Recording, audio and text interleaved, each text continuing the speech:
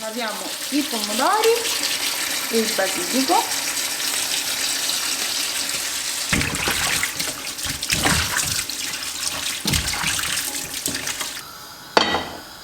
Abbondante olio d'oliva, aggiungiamo la nostra cipolla,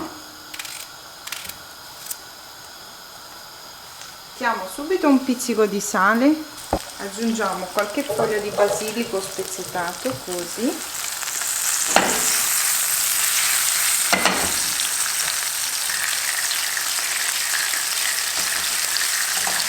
un goccino d'acqua,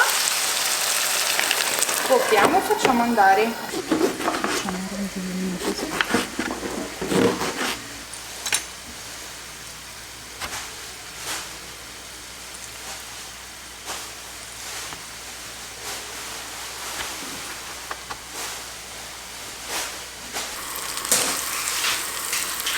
Ragazzi, c'è un profumino di frutto fantastico. Quando le melanzane hanno preso un bel colore sui bordi, le scogliamo e le mettiamo sulla carta del pane o una carta assorbente.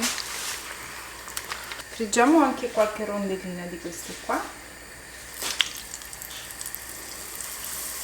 E quest'altri ritaglietti andremo a farli a pezzettini piccoli.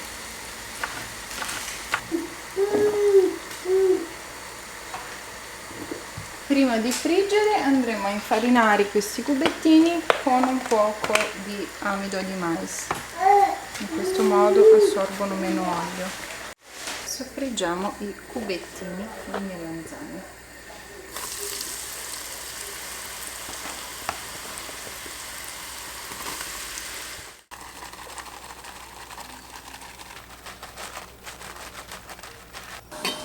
Acqua che bolle. Aggiungiamo il sale,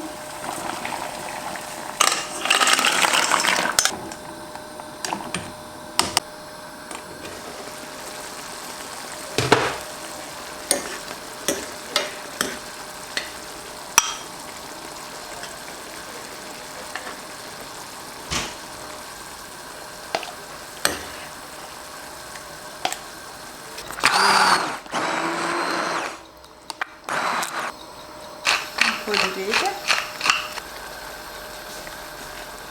e le melanzane. Scogliamo la pasta molto al dente e la facciamo finire di cuocere nel zucchino.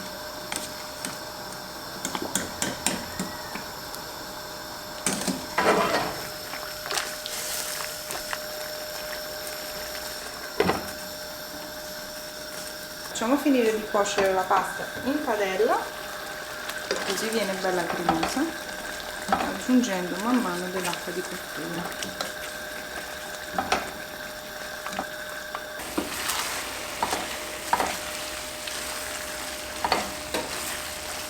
Adesso a fuoco spento andremo ad aggiungere il pecorino.